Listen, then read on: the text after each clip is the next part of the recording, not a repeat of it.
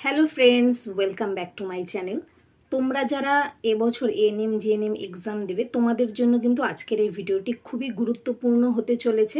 চলো তাহলে ভিডিওটি শুরু করা যাক। তোমরা তো জানোই ইতিমধ্যেই কিন্তু জেন পাসের কিন্তু ফর্ম ফিল আপ শুরু হয়ে গেছে। তো জেন পাসের যেহেতু ফর্ম ফিল আপ শুরু হয়ে গেছে তাহলে কিন্তু এএনএম জিএনএমেরও ফর্ম ফিল আপ খুব তাড়াতাড়ি শুরু হবে। তোমাদের কিন্তু এএনএম জিএনএম এর কিন্তু একটা এক্সাম ডেট দিয়েছে, সেই ডেটে পরীক্ষা হবে না, এটা তোমরা ভালো করেই জানো।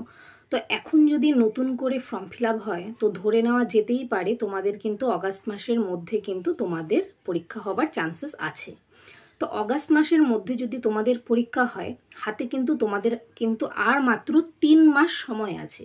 তো এই 3 মাসটাকে তোমরা কি করে কাজে লাগাবে সেটা নিয়েই কিন্তু আজকের এই ভিডিওটি। তো তোমরা কি মনে করছো যে 3 মাসের মধ্যে কি এএনএম জিএনএম প্রিপারেশন নেওয়া সম্ভব? আমি কিন্তু বলবো অবশ্যই সম্ভব। এই 3 মাসের মধ্যে কি করে এএনএম জিএনএম প্রিপারেশন নেবে সেই নিয়ে কিন্তু আজকের এই ভিডিওটি। তাহলে চলো শুরু করা যাক আর দেরি না করে। তার আগে বলে রাখি, আমাদের কিন্তু একটা ফ্রি হোয়াটসঅ্যাপ গ্রুপ আছে যেখানে কিন্তু ডেইলি নোটস দেওয়া হয়, গাইড করা হয়, ফ্রি মক টেস্ট নেওয়া হয়। তোমরা যারা আমার ডেইলি ভিউয়ার্স আছো তোমরা কিন্তু এই গ্রুপে কিন্তু জয়েন হয়ে যেতে পারো। এই গ্রুপে জয়েন হলে কিন্তু কোনো রকম কোনো পয়সা লাগবে না, তোমরা কিন্তু জয়েন হয়ে যেতে পারো। আর এএনএম জিএনএম রিলেটেড সমস্ত তথ্য কিন্তু এই গ্রুপে দেওয়া হয়ে থাকে। তো আর দেরি না করে গ্রুপে তোমরা সবাই জয়েন হয়ে যাও। তো এখন তোমাদেরকে বলবো এই 3 মাস সময়টাকে তোমরা কি করে কাজে লাগাবে।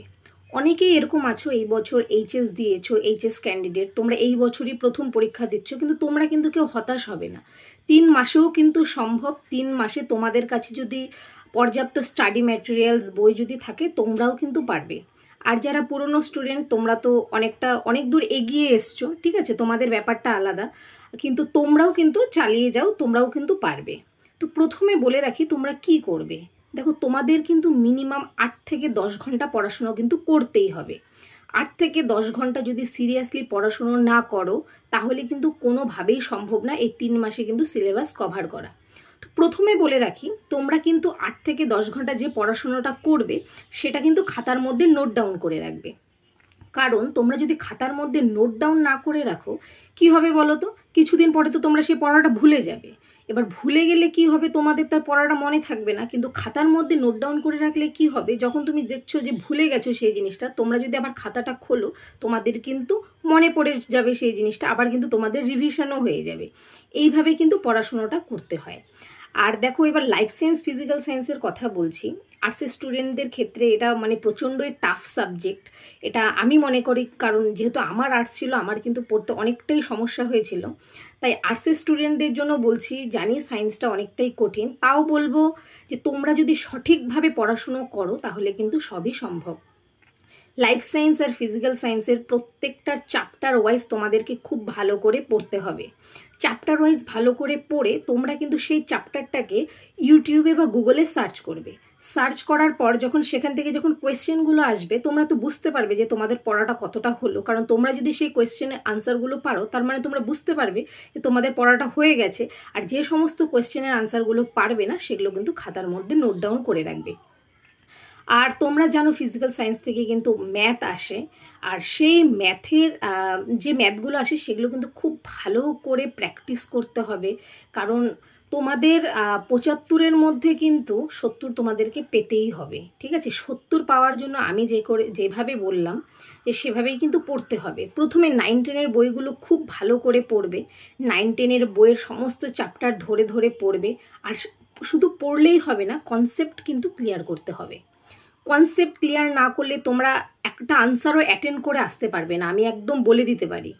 কারণ কোনোদিনও ডিরেক্ট কোনো কোয়েশ্চেন আসে না, সব সময় কনসেপচুয়াল কোয়েশ্চেন আসে। তোমরা যদি কনসেপ্ট ক্লিয়ার করে থাকো আমি 100% বলে দিতে পারি তোমরা কিন্তু সঠিক আনসারটা করে আসবে। দেখো, 9-10-এর বই তো পড়বেই, 9-10-এর বই পড়ার সাথে সাথে কিন্তু 11-12-এরও বই কিন্তু পড়তে হবে। আমি সায়েন্সের কথা বলছি। কারণ এখন দেখা যাচ্ছে দিন দিন কিন্তু কম্পিটিশন অনেক হার্ড হয়ে যাচ্ছে। তো সেক্ষেত্রে 9-10-এর যে সমস্ত চ্যাপ্টারগুলো আছে সেগুলো কিন্তু 11-12-এর বইতেও আছে। সেই চ্যাপ্টারগুলো ধরে ধরে তোমরা সেখানের কনসেপ্টগুলো তোমরা বুঝে নেবে, তাহলে কিন্তু অনেকটাই ইজি হয়ে যাবে।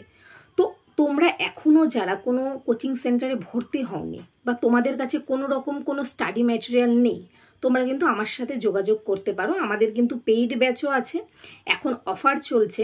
এখন 1000 টাকার ব্যাচ এখন 55% অফ আছে, এখন কিন্তু 449 টাকায় কিন্তু তোমরা ভর্তি হতে পারবে, খুবই লিমিটেড সিট। তোমরা চাইলে আমার সাথে যোগাযোগ করতে পারবে। তো এবার বলছি বাকি যে সাবজেক্টগুলো আছে সেগুলোর কথা, যেমন ধরো ম্যাথ, রিজনিং আর জিকে, আর থাকলো ইংলিশ। এই চারটেই কিন্তু প্র্যাকটিসের ওপর। তোমরা যেভাবে প্র্যাকটিস করবে সেই হিসেবে কিন্তু তোমাদের হবে। দেখো, আমি আমার অভিজ্ঞতা শেয়ার করছি। আমি কিন্তু ম্যাথ সুবীর দাসের বই থেকে করেছিলাম, রিজনিং RS আগরওয়াল, আর আমি যে জিকে পড়েছিলাম, জিকের জন্য যেমন হিস্ট্রি পড়েছিলাম, হিস্ট্রিটা স্বদেশ মুখোপাধ্যায়ের বই থেকে পড়েছিলাম, জিওগ্রাফি কার্তিক চন্দ্র মণ্ডলের বই থেকে পড়েছিলাম। এছাড়া আর কারেন্ট অ্যাফেয়ার্স যেগুলো ছিল সেগুলো কিন্তু আমি টুকটাক গুগল, ইউটিউব এসব থেকে কিন্তু আমি পড়েছি।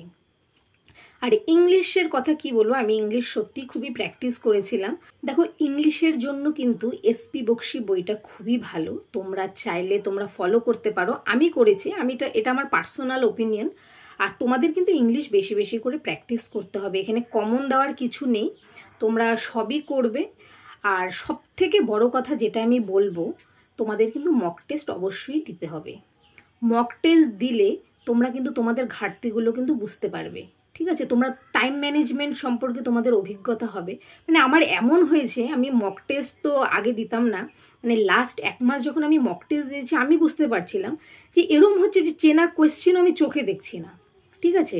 তারপর মানে 1 ঘন্টার মধ্যে আমি পরীক্ষা দিতে পারছিলাম না। তো সেই জন্য বলবো যে মক টেস্ট দেওয়া কিন্তু খুবই জরুরি। লাস্ট 1 মাস তোমরা ধরে ধরে মক টেস্ট দেবে। আর তোমাদের যদি কোনো রকম কোনো প্রবলেম হয়ে থাকে, তোমরা আমার সাথে যোগাযোগ করবে। আমার হোয়াটসঅ্যাপ গ্রুপের লিঙ্ক আমি কিন্তু আমার ডেসক্রিপশন বক্সে দিয়ে রাখবো, তোমরা আমার সাথে যোগাযোগ করতে পারবে। আর তোমাদের কোনো কোয়ারি থাকলে আমার হোয়াটসঅ্যাপ গ্রুপ তো আছেই, এছাড়া কিন্তু কমেন্ট বক্সে কমেন্ট করে জানাবে। আর আমার ভিডিওটি ভালো লেগে থাকলে অবশ্যই লাইক, কমেন্ট, শেয়ার করবে।